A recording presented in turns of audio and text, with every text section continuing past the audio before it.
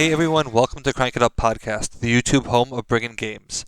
I'm Jim Price, and for today's video on Arudia Battle of Birthrights, I want to talk about royal items from my perspective, but objectively. What am I drafting, and why am I doing it? Each player drafts 5 royal items from their treasury at the start of the game, and this is one of my favorite aspects because it is secret. You have no idea what I am bringing into the game, and that leads not only to customization for me, but unpredictability for you. The game changes when you know that certain cards are in play, and some players have formed metas for what they prefer to draft. But I draft based on what I feel is best for each game, as a function of both my pairing and my rivals, so it's interesting to see the math behind what I draft. Before I start, I need to establish some important context. There are 12 royal items, and you choose 5, so the odds of any item being randomly chosen is 41.6%. When balancing royal items, you want everyone to be around that range, plus or minus a few percentage points, but you cannot control what people want to draft. And you have to look at it at a macro level, because what I'm looking for is disagreement that, averaged together, creates consistency. As I look over the results, the first item of note is that I wrote down what I thought were my top 5 drafts, and I got 3 of them. Being wrong here is a good thing. It means that I am truly drafting for the proper situation, rather than auto-drafting with bias. Another interesting point is that I greatly deviate from the average, and that's okay. As I said before, disagreement is a good thing, as long as the averages are good, and they are. The data makes it look like I hate item 1, but I don't. I love it, and it plays a vital role in this game. It's just not my personal playstyle, but I absolutely stand by its existence. The fact that the average is still great despite my tanking the numbers shows you just how popular it is. But we are here to talk about the top 5 and why I draft them. So with that context, let's get to the list. My 5th most drafted item is the Shirt of Gaia. The Shirt of Gaia is a pure counter card, and therefore it can be a dead card, as not every class has attachments. If anything is going to be in last, it's a card that isn't going to always be needed, and you wouldn't draft it unless you were picking it specifically to counter powerful attachments. And yet, I take it more than a random average at 44.4%. This is because if I have a chance to stop your engine, I'm going to take it, and I want the threat of being able to take it away. There are some attachments that are absolutely crucial, and I cannot allow them to exist, and I'm willing to use up some of my slots to hurt you rather than help myself. This is not one of the ones I would have guessed. Number 4, at 54.3%, is the Ashes of Ifrit. In general, I am not a fan of unit destruction because I prefer destruction through battlefield capture. I want to use your power to make me more efficient and get them off the board. That being said, having a chance to do a hard reset on a battlefield is very appealing. But it doesn't always have to be this massive damage play. You can generally kill an important unit by dealing damage one turn with support and using warfare and support the next turn. It's expensive, but effective. The Ashes of Ifrit makes that easier, as it can be a 1-turn reset with warfare or a 2-turn move that saves your warfare for unit play.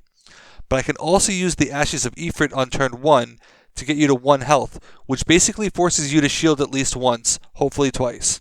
Using Ashes of Ifrit as a means of tactic suppression, where you are keeping someone from playing cards, can be very effective.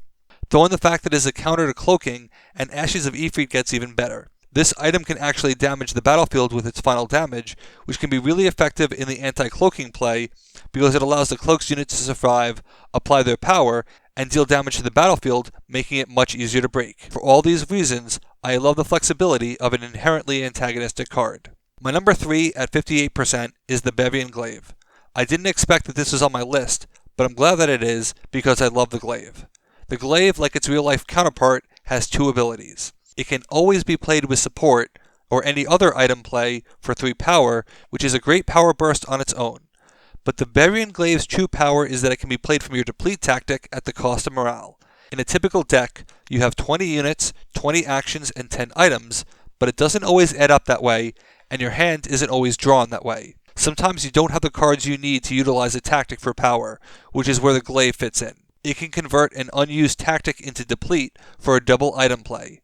There are so many ways to use this card effectively, even as a standard 3-power weapon, and it's great because there are benefits to being a weapon. But my personal preference is for an advanced replacement. The chemists have very few actions, and the fighter actions rarely add power, so having the threat of an extra 2 power over the normal strength is fantastic.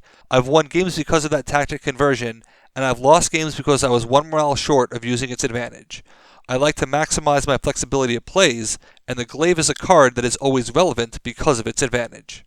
My number 2 is definitely on my list as my favorite royal item, but I'm surprised it's not my number 1, the Cloak of Delahan at 60.5%.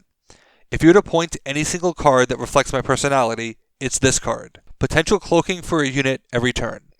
This card cannot help you win a battlefield because it takes away power, and that's precisely the point. If I have the cloak, it means that I am protecting this card from both damage and power creep. I love to put the cloak on a card that will grow over time, because I don't have to worry about my rival using that power. There is a counter, which is area damage, such as that supplied by Ashes of Ifrit, which is always a risk, but the extra health at least protects the unit from defeat. And the health bonus has been critical at times. When I have an engine unit that doesn't have a constant ability, Mistrobe is a fantastic choice. This card is not meant to be an auto draft for thieves who love cloaking. It is instead a chance for everyone to use cloaking, and there have been many games where Eric and I have both taken it, and it's especially fun when we both have it equipped on a unit on the same battlefield. Cloaking, of course, can backfire, as it prevents presence for earning VP, but the value proposition is clear. Taking a unit out of play for 50% of the game and leaving it for the only part that matters, your turn. My number 1 was what I thought was my number 2, the Memento at 67.9%.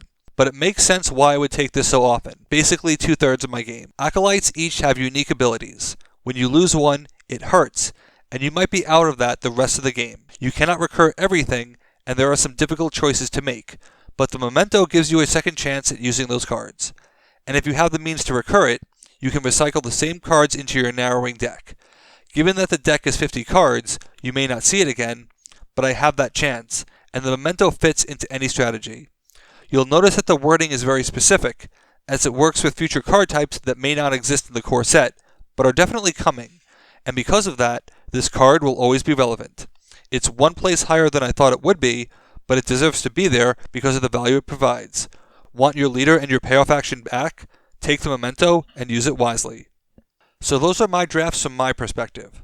I hope to have other playtesters do the same from their perspective, and you can see how much we differ, and the ability to customize your strategy has been so much fun for me playing this game.